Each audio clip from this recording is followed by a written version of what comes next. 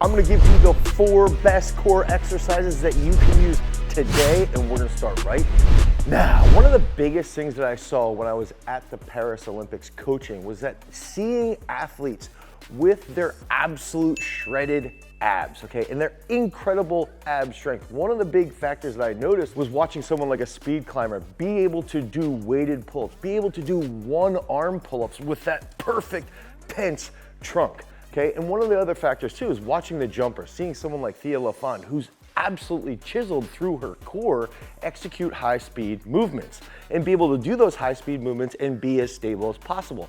And one thing watching someone like Thea train is that they're always gonna be doing something like a power snatch or a power clean or a hang clean. They're gonna be doing front squats. They're going to be doing those core exercises, and those big time movements will 100% develop that chiseled trunk. Now, there's a couple other things that we can look at, a couple other big exercises. Let's say you're doing rope climbs, you're doing pull-ups with a dumbbell in your feet. Those are movements that will indeed train your abs. Another type of exercise that can train that dynamic trunk control is going to be doing like offset training. But if we're doing all those key compound movements, you really don't need to do a ton of offset work. It's still fun to do offset training, but typically if you are snatching, you are cleaning, you are doing front squats, you're doing single leg squats, your abs will be strong enough for that offset training. Now, these 4 exercises, however, are the ones that you have to be doing on a regular basis to really develop that core and that dynamic trunk control. 10,000 makes the best training gear and the best and only shorts that you will ever need. They're designed with purpose and absolute quality and capability. One of the biggest things that I was hesitant about was I go for runs all the time. I've run a couple marathons. I do a lot of lifting. Are these shorts really that comfortable, really that good for me to be able to squat and go out for a run? And funny thing is that when I saw that they had over 36,000 5-star reviews, I was down for it. I went with it, and even this morning I took over 10,000 steps when I went out for my 6.7 mile run in these sweet interval shorts. And one thing I'd even say is that when we're doing jumps and bounds and anything along these lines, squatting, sprinting, running, I feel absolutely fantastic with these high intensity interval training shorts.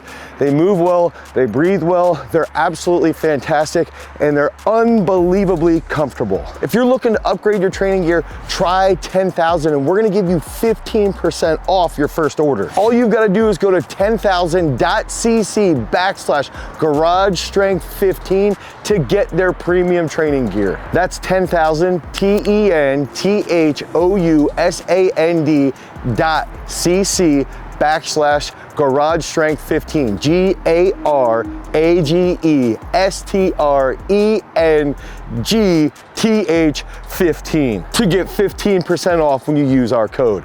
Peace. Okay, so the first exercise that I'm gonna give you is a walrus. Now, this is an exercise that I love for shoulder strength, for shoulder stability, for trunk control, and we're gonna add a little twist here, okay? And one big factor that I always see with younger athletes, okay, is that they will do walrus like this. It's almost a cheating walrus. I want you to think about having your thumbs facing each other here. We're gonna use our lats here and our shoulders to pull ourselves in, and we almost wanna hold a hollow position in a plank, okay? That's a similar position to what we're gonna be executing when we're doing the walrus. Now, we're gonna do the walrus movement, and then we're gonna add a pike. Okay, that's gonna lead us to developing a little bit of that thoracic extension. Mine's not great, so don't judge me too much. Well, it's gonna look like this. We'll go here, and we'll go 1, 2, 3, 4. Pike, 1, 2, 3, 4. Okay, here, pike. 1, 2, 3, 4, pike. Okay, and we can go through that series for a time frame. We could do something like, let's say 10 pikes, or we could do this for 60 seconds, or we could do this for a distance. But it's really going to light up your abs. You'll feel that a little bit in your hips and in your upper back. But that's a big factor here when we're thinking about core, is that I look at core as trunk, okay? How can we connect this to our hips? How can we incorporate our upper back to a point so that it transfers much better to the realm of sports performance? And that's exactly what we do inside of our strength training app, Peak Strength. We like to use ab exercises in supersets. So we might do a front squat and then an ab exercise. We even like to use ab exercises in isolation scenarios. So if we have somebody with a really, really weak core or ab area, we're gonna target it with a lot of volume. So inside of Peak Strength, we use those ab exercises for various different factors to improve your sports performance. Head over to peakstrength.app, the Google Play Store or the Apple iOS Store, download Peak Strength and select your specific sport. Now, the next exercise is going to be a throwing mainstay, meaning if you're a shot putter, if you're a discus thrower, this is an exercise that you're going to use all of the time, okay? We're gonna get into a position, and one thing that we like to do is we'll use this movement for, let's say, 2 to 3 months, okay? And then over a long period of time, let's say that time horizon is 10 months, over those next 6 to 7 months, okay, after we use this for 2 to 3, we'll start to use something even more dynamic, let's say with a med ball or even a band to a point. So this is going to be a plate fouler. So what that would look like, I'm gonna hold this V up position, and I'm gonna tap, tap, tap, punch, tap, tap, tap, punch, tap, tap, tap, punch. Let's say we go to each side, 9, 10 reps each side. So it's tap, tap, tap, boom, that's one. One of the big factors there is that I'm already starting to cramp, is that when you're going to be putting on your seatbelt, you're gonna start to cramp here. So use this, you can start with just your hands, boom, boom, boom, boom, boom, okay? It's gonna create a lot of time under tension, but then over time, that rotational aspect with your hips is gonna pair into something like discus throw, like shot put, and even wrestling or football, or even basketball, anything where there's a lot of rotation, okay? And you have to be as stable as possible. So use those plate foulers, build up over time, and then you can even add in that medicine ball. Now, the next movement is an exercise that a lot of people do poorly all of the time, and with that being said, we're actually gonna put weight on it. So I first wanna demonstrate, I'm gonna face this way, how to properly do a V-up, okay? Notice I'm on my butt cheeks. I'm not on my lower back, okay? So if I would tilt back here, I'm on, the pivot point is my glutes, okay, my butt. I'll be here, and I come back, and I wanna think about reaching up with my hands and almost touching like somewhere inside of like right where your hips would be with your feet and with your hands. So I'm here, up, okay? Now I'm gonna stay on my glutes here, boom, boom, boom. I don't wanna see people doing this. And this is really what you tend to see, especially with high school kids. Now, I love using V-ups and almost using this as a target point while I'll make a kid come up and I'll actually have my hand here and pull them up. Once they start to get on their glutes, their gut, their core, their abs are like, oh my gosh, I haven't done that before. I've never felt that. Now, once you master that, let's say you can go in and you can do like 4 sets of 20 V-ups and you can hold that on your glutes. You can do something like this next movement, okay? And this is gonna be involving a barbell. So we can get set here. And one thing that I like to do with a bar or with a plate is think about taking it to the ceiling, okay? So if I think about taking it to the ceiling, and doing a V-up, that makes it a little bit easier. So we're gonna hold this position, okay? And so this would be almost what a bad V-up would look like this, here. A good V-up would be here. Let's make sure I do this well. Come up, come up, come up. Oh, that wasn't the best. One thing I'm gonna throw in there is that when you see an athlete doing something like a Z press and they fall over, okay? So they'll actually just fall backwards. Make sure, 1, they can execute a proper V-up. 2, give them a barbell, do the barbell V-up as precisely as possible, just for like 5 reps, and then have them do a Z press. That's a really easy progression, okay? And you can build over time, balancing the hip flexion, balancing the core work, and those shoulders, and coordinating everything effectively. But this is a movement that after you can do those V-ups for, let's say, 4 sets of 20, then you put the barbell on there, you do a barbell V-up, and you try to work towards that same rep scheme, 4 sets of 20.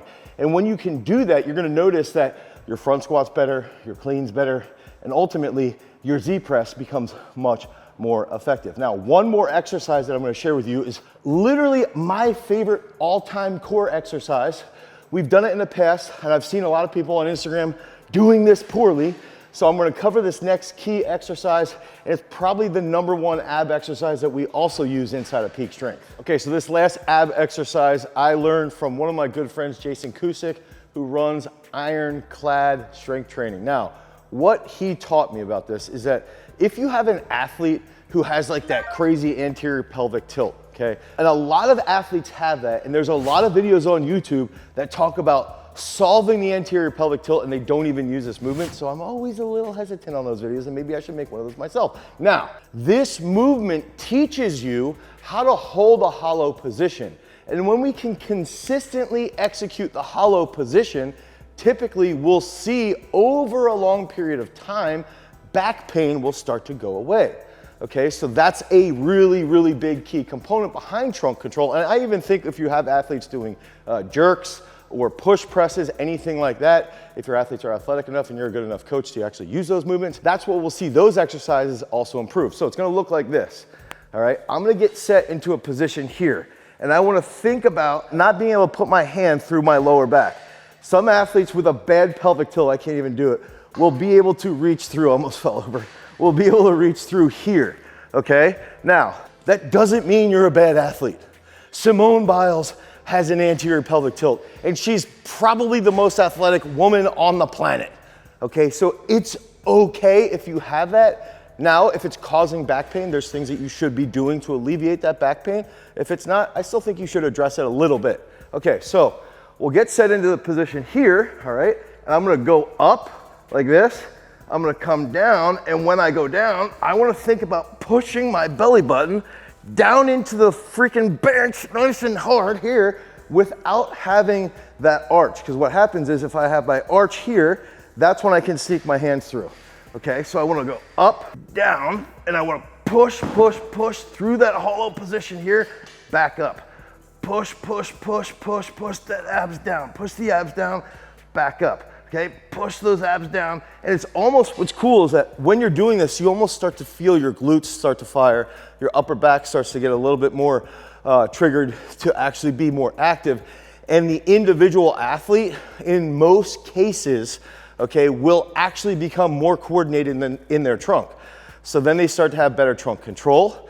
They start to jump more effectively. They start to sprint more effectively. They start to do more dynamic movements that can be done laterally more effectively. And it's literally just from doing this exercise, okay? So, and along with other exercises, obviously. So if we want to add load to this, it's going to look like this. I'm going to get set here. Oh, I should not have gotten a 20. I'm going to go here.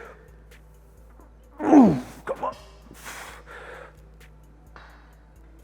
Push hard. Ooh. One more. There we go. That was really hard. Use load on your core training. Make sure you're executing them as effectively as possible. Get on the glutes if you're doing those barbell V-ups. Make sure on the Fowlers you're staying on the glutes and you're rotating well and you're holding that tension.